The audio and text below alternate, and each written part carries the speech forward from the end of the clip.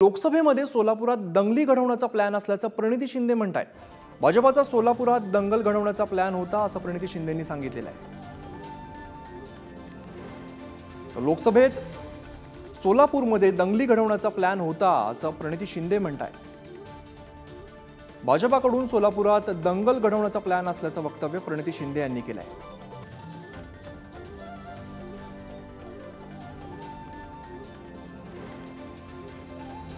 प्रणिती शिंदेंनी थेट भाजपावरती हल्लाबोल केलेला आहे। लोकसभेत सोलापुरात दंगली घडवण्याचा प्लॅन असल्याचं प्रणिती शिंदे म्हणतात। देवेंद्र फडणवीस की आणि त्यांची सगळी पिल्लावर आपल्या सोलापुरात आलेली सांगितलेलं दंगली लावामध्ये दंगल लावणार ते 2 दिवस आधी सोलापुरात लाच वाटायला पाहिजे। रक्तावर राजकारण करतात लोक। आज मी ठरवले का नाही बोलला। जर आपल्या इकडे लावून या 4 हुतात्म्यांच्या शहरामध्ये गावामध्ये जिल्ह्यामध्ये येऊन आपल्यामध्ये भांडण आणि दंगल लावणार लोक त्यांच्या कानात सांगितलं गेलेलं। आणि मी नाही तुम्हाला उदाहरण आहे तुमच्या समोर। पोलिंगच्या दिवशी काय झालं, व्होटिंगच्या दिवशी काय झालं, काय म्हणाले ते लोक। शेवटी सीपीने त्यांना सांगितलं जा बाहेर, नंतर नाहीतर मला उमेदवारावर एफआयआर लॉन्च करावा लागेल।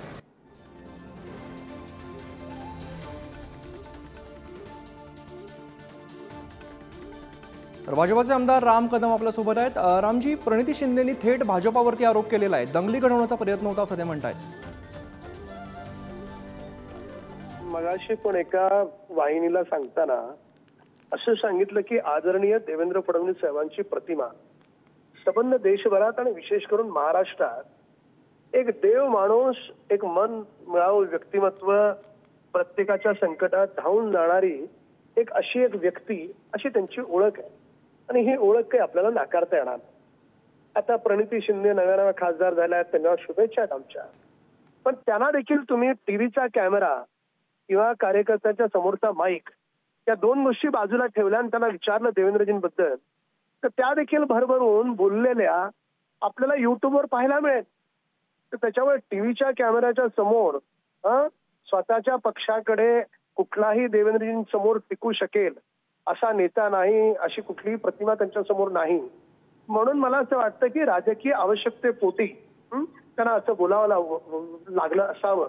पण दुर्दैवी आहे, म्हणजे आरोप तुम्ही जरूर करा, तुम्ही वेगळ्या पक्षात आहात, पण आरोप करत असताना त्या आरोपामध्ये काहीतरी तथ्य असलं पाहिजे आणि आपण कोणत्या व्यक्तीविषयी बोलतो आहे याचा त्यांनी खासदार म्हणून स्वतः विचार करायला हवा होता। पण या आरोपांबद्दल भाजपाकडून काही दखल घेतली जाणार आहे किंवा त्याबद्दल काही तक्रार केली जाणार आहे का? हा काय राजकीय आरोप आहे। त्यांना त्यांच्या पक्षाचं दुकान चालवायचंय, लोकांना भ्रमित करायचंय, लोकांमध्ये खोटा प्रचार करायचा आहे, म्हणून अशा प्रकारचे आरोप आहेत। संविधान बदलणार असा खोटा प्रचार महाराष्ट्रात केला आणि त्याच्यामुळे त्यांचे खासदार निवडून आले। आता हा नवीन खोटा प्रचार चालू केला त्यांनी। बरं, धन्यवाद रामजी, तुम्ही पुढारी न्यूजशी संवाद साधलात। तर उपमुख्यमंत्री फडणवीसांचा सोलापुरात दंगल घडवण्याचा प्रयत्न होता असा प्रणिती शिंदे यांनी आरोप केलेला आहे।